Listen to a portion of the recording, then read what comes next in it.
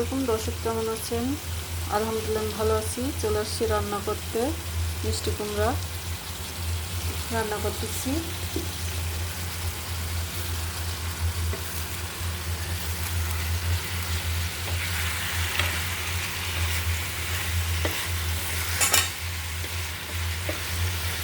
মিষ্টি কুমড়াটা সিদ্ধ হয়ে গেছে, এখন ঢাকনা উঠিয়ে দিব। চুলাটা লো করে দিলেই কুমড়োটা ঝোলটা শুকিয়ে যাবে। সাথে আরও কিছু রান্না করতেছি। এখন রান্না করব জেশ মাছ। জেশ মাছের পিসগুলো বসে দিচ্ছি, পিসগুলো কষানো হয়ে গেছে। এখন আমি দিয়ে দেব একটু পানি। কষানো না, সরি, ভাজা হয়ে গেছে। এখন দিয়ে দিচ্ছি পানি, সাথে দিয়ে দিচ্ছি পরিমাণ করে অল্প একটু আদা রসুন, যেহেতু সাগরের মাছ।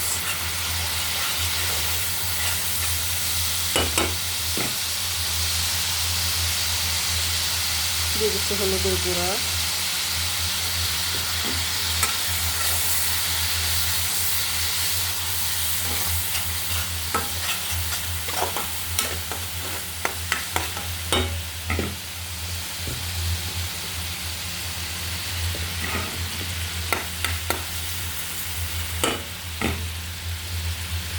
দিয়ে দেবো পরিমাণ মতন ধনিয়ার গুঁড়া,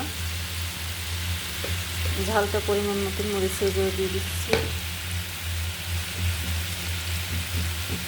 দিয়ে দিচ্ছি জিরের গুঁড়ো,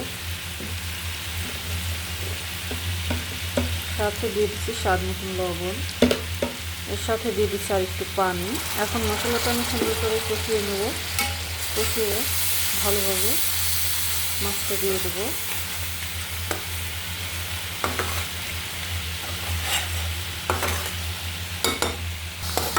মশলাটা কষানো হয়ে গেছে, এখন আমি দিয়ে দিচ্ছি টমেটো,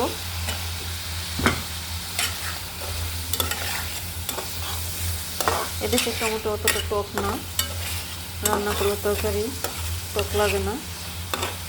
আমার হাজব্যান্ড অনেকই পছন্দ করে, সবসময় মাছ রান্না করে সেই টমেটো ফোড়ন দিতে বলে। আমি সবসময় সব তরকারির মাঝে একটা করে টমেটো দিয়ে দিই। মাছগুলো এখন ভালোভাবে সুন্দর করে কষিয়ে নেব।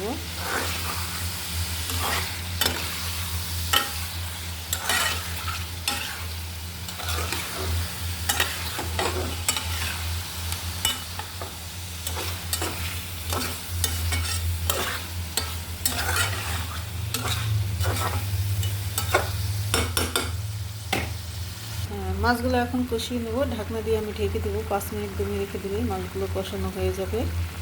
আপনারা সাথে থাকুন।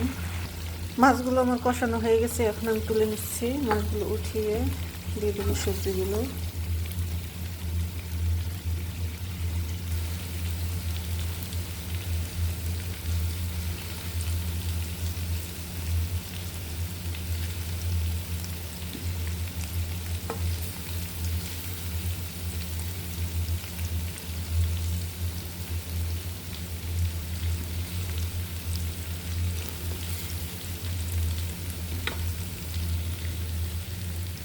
মিষ্টি কুমড়াটা হয়ে গেছে, লেগে গেছে কড়াইতে। এখন নামিয়ে দেবো, এই চুলায় বসিয়ে দেবো অন্য একটা তরকারি।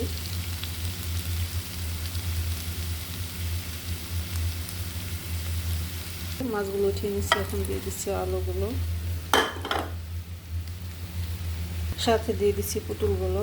ভালোভাবে সুন্দর করে কষিয়ে নেব। এখন কষিয়ে তারপরে ঢাকনা দিয়ে ঢেকে দেবো। সাথে থাকুন আপনারা।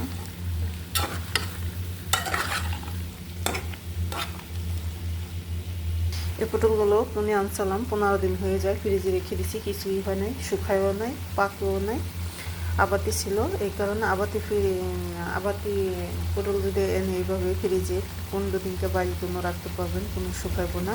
বাস কিছুর মধ্যে ভইরা, পলিথিনে ভইরা আপনারা ঠিকভাবে মনে করেন পলিথিনটা মুখটা আটকিয়ে রেখে দেবেন।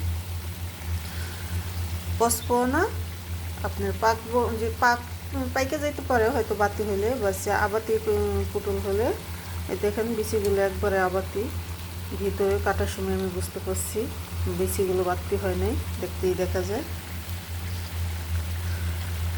আজকে আমি চিন্তা করলাম রান্না করে দিই। আমার পটলগুলো কষানো হয়ে গেছে, আলুগুলো। এখন আমি দিয়ে দেবো ঝোল। আমি গরম পানি করে রেখে দিচ্ছিলাম, এখন আমি দিয়ে দিচ্ছি ঝোল।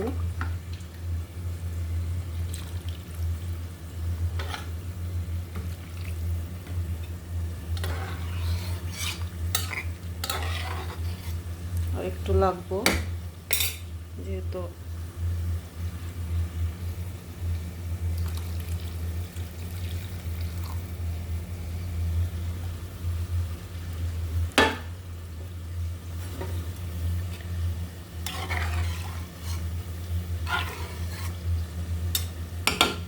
এখন আমি ঢাকনা দিয়ে ঢেকে দেবো। ফুট উঠলে মাছগুলো দিয়ে দেবো, সাথে থাকুন। তরকারিতে ফুট উঠে গেছে, এখন আমি দিয়ে দেবো মাছগুলো দিয়ে দিচ্ছি।